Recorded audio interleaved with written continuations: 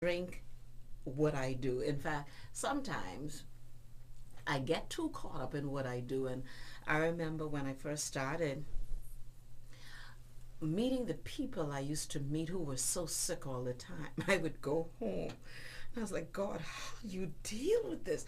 By the time I hear a million sad stories, and I used to be so caught up in the emotion of it. But after a while, I had to learn, listen, you can't take home everybody's sad story, everybody's. You can help them as much as you can. And then I would get frustrated when people, you help them with answers and then they don't follow through.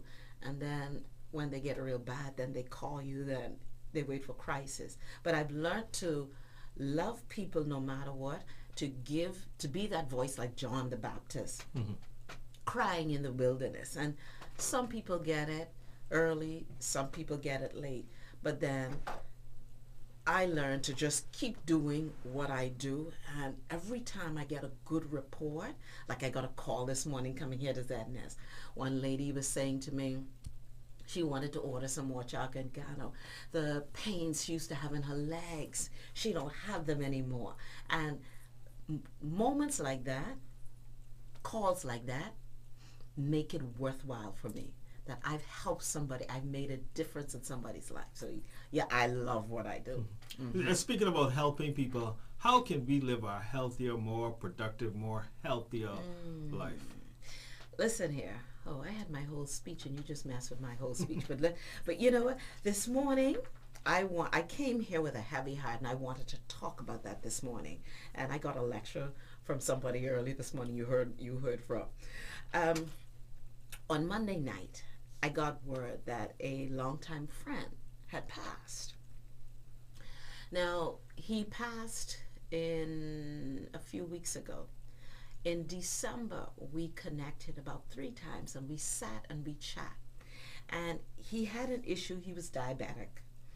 And in dealing with the diabetes, I had a conversation with him about taking care of his body. He knew what he had to do, but he had some issues. And like many of us, he had excuses. Early January, I do hospital visits. I was on the male ward, and who did I connect with? And I was like, what are you doing here?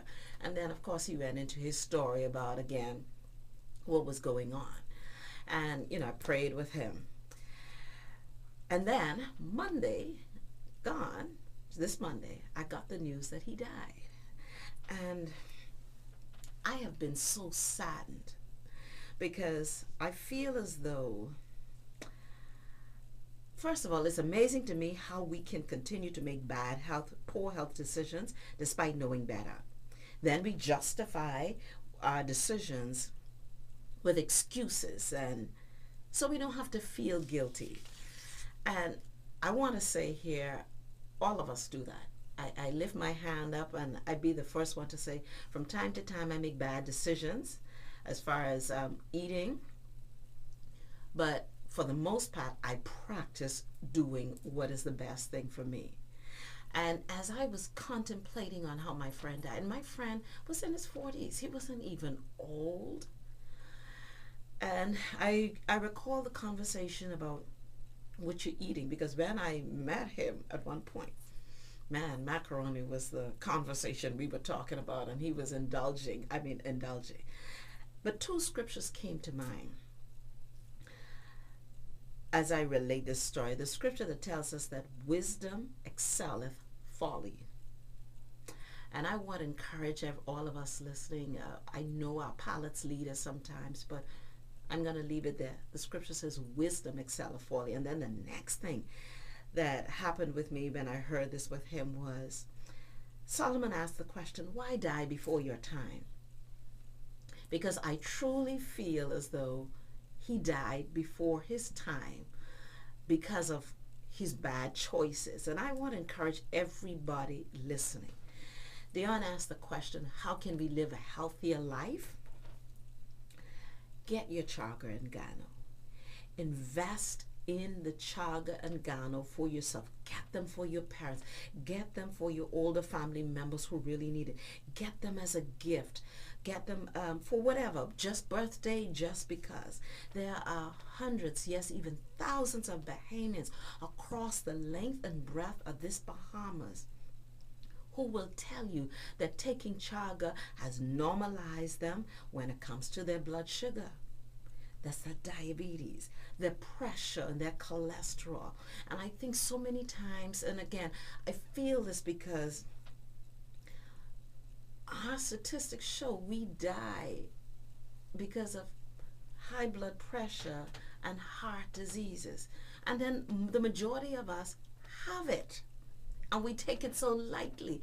And then we keep on feeding this horrible monster that's killing us as a nation, that's causing us to have high blood pressure or the cholesterol and the diabetes.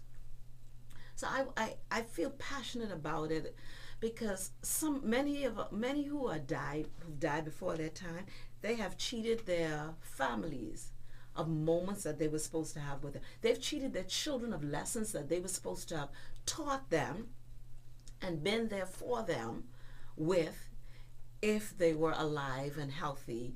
And I understand that we all have a time. But again, even Solomon say, why die before your time? So I want to encourage everybody.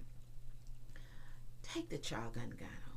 It is an investment in your health. And even this morning, like I said on the way here, a lady called me. She wants more Chargangano. She no longer has the pains in her legs that she's been dealing with for so many years.